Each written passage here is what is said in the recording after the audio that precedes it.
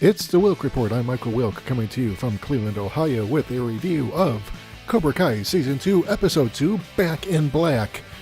And as you can see from the title card here, the Mustang that Daniel gave to Johnny in Season 1 has gotten a new paint job. So we've got a lot to unpack here, so let's get right down to it. Yeah, start off with a shot of the Mustang before the paint job, which was really awesome. But yeah, so alright, so what happens is, while Johnny and Miguel are, bonding some more, they've repainted Johnny's car into the Cobra Kai color scheme, really decked it out. Like I said, as you can tell, it's looking really good here, showing Cobra Kai colors. And of course, they're,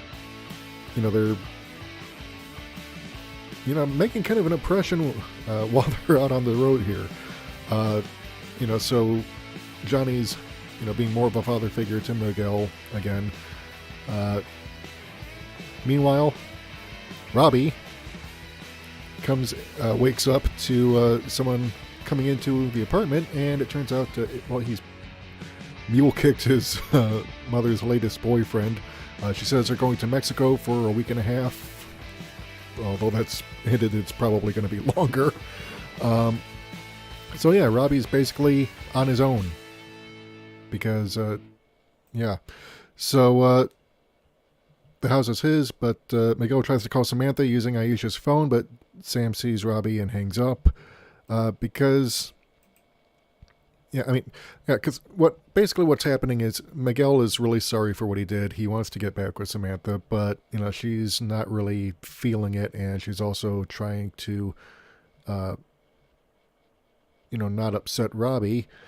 Daniel, meanwhile, tries to teach Samantha and Robbie the way that he was taught, but he's running into some problems because he can't seem to get them to coordinate their moves.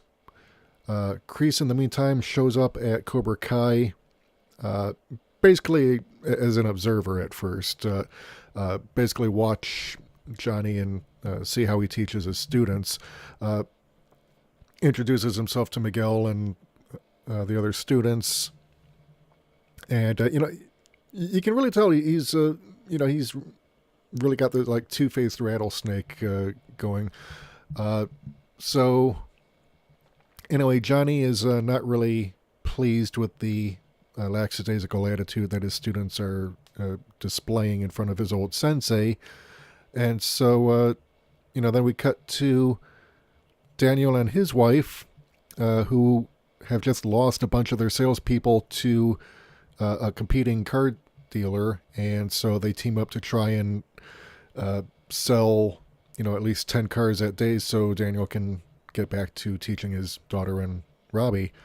And I really like her smile here. I mean, it's like, damn. They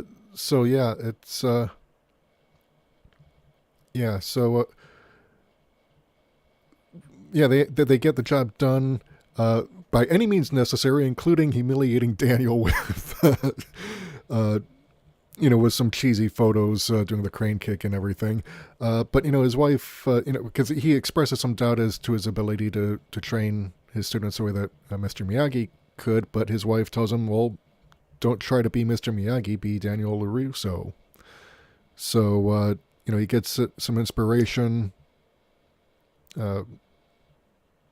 as to how he can teach Samantha and Robbie to spar with one another effectively. Meanwhile, Johnny takes his students to a construction site to make some concrete for a demonstration that you'll see later.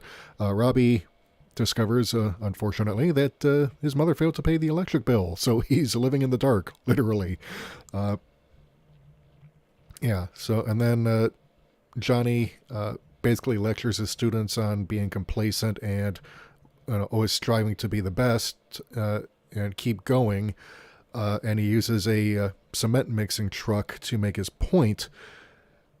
So while Daniel uses the balancing platform from the pond to get Samantha and Robbie, to work on coordinating the balance. Johnny has his students climb inside the cement truck with the idea that if they stop turning, the cement will harden and they'll get stuck where they are. And that's a metaphor for, their progress as karate students. So, very brilliant setup here, though, the way they've got this, because they have to work together to get the truck turning. It's not as easy as it might look, and it's, kind of tricky, but they manage to do it. And of course, Kreese is kind of impressed. He's like, have you ever done this before? And it's like, trust me, I know what I'm doing. So it's just pretty funny. But yeah, I mean, little dynamics like this really are really awesome. So Daniel finds out that Robbie is from Samantha that Robbie is living on his own, and things are not going so well. So he invites Robbie over to stay at his place. But his wife says, look, he can't stay here forever. He does have parents, and he does have a father, even if he can't get through to his mother because she's like, off doing whatever. So meanwhile, Kreese is congratulating Johnny on the way he's taught his students, and especially the lesson with the cement truck and how that took guts. And then Miguel comes in and to deliver some food from his mom to Johnny because she doesn't want him eating beef jerky for breakfast anymore. And then he discovers a picture of Robbie as a child and realizes that Robbie is actually Johnny's son, because he was wondering why Johnny had this soft spot for him, and then he finds out why. And then of course Daniel, having gone to the Cobra Kai dojo to talk to Johnny, finds him with Kreese and realizes that Kreese was alive and his death was a lie. But of course, because Johnny never actually told him any of this, and why would he? Daniel thinks that it was all a setup from the beginning, and so he kind of like, threatens it. Basically, he threatens he's going to do something. We don't know what, but that rivalry is back on because Daniel is understandably upset. I just love that car, by the way. But yeah, so I mean, this is the kind of storytelling that we really needed to be seeing here. And, I was wondering how they would go ahead and pull this off. And, they've really done a good job here. I mean, this is the kind of thing that has actually gotten the show renewed for a third season by YouTube, according to Deadline as of May 2nd. So let's go ahead and read this. On the heels of a record-setting Season 2 premiere, YouTube has ordered a third season of its critically praised original series Cobra Kai, starring Ralph Macchio and William Zabka, for premiere next year. Season 2 picked up following the shocking cliffhanger featuring the return of John Kreese, Martin Kove, when a new rivalry between opposing dojos is born in the aftermath of Cobra Kai's controversial win at the All Valley Championships. Daniel realizes his next countermove is to open his own karate training school called Miyagi-Do in honor of his mentor, Mr. Miyagi. So, I hate these freaking pop-ups. All right, so so the show's being written and executive produced by Josh Heald from Hot Tub Time Machine and John Hurwitz and Hayden Schlossberg from Harold and Kumar and Blockers. So this trio conceived the new Karate Kid storyline that picks up decades after the original film. So which already. I mean, you've been reading this, but yeah, it says here that the freshman season of Cobra Kai was a digital sensation, topping 55 million YouTube views for episode 1.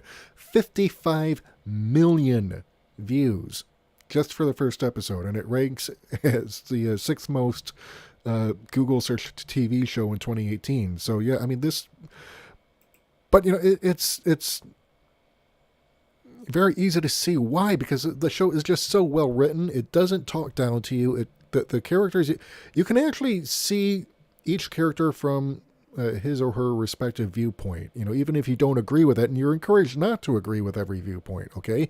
That this doesn't,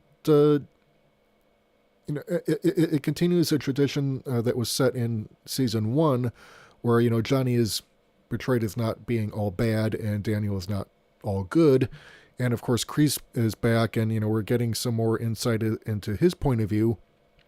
where he's a soldier who never really came off the battlefield, and so this has affected his entire outlook on life. So, and he's coming back and, trying to insert his philosophy, born from his experiences, back onto Cobra Kai, as we'll see from the rest of the season. So, but, of course, misunderstandings and lack of communication abound because, reasons, stemming from rivalries that go back decades. And, but yeah, it's interesting because I still have not seen the rest of the season. I want to, try and pace it this time because last year I watched it pretty much back to back, and it was all like, it kind of seemed to me to take place a little bit too quickly because I was, binge watching it. So this time I'm going to kind of pace myself and, try and watch at least 1 or 2 episodes a week, and then break down the season for you that way. So you have, a little bit of break in between reviews. So, yeah, let me know what you think of this episode. Did you like it? Did you not like it? Let me know what you think. I want to hear from you. Next week? No, not next week. Probably in the next couple day or two. I'm going to review Twilight Zone episode 6 because, like I said in my last video, I took a chance and went back and saw episode 6, and it actually turned out to be pretty decent. Which, so I'll be giving my evaluation of that, and also, my opinion on on the first season so far, which is kind of evolving because just when I think it can't get any worse, then it surprises me with an episode that's actually decent. So it's very inconsistent in terms of episode quality.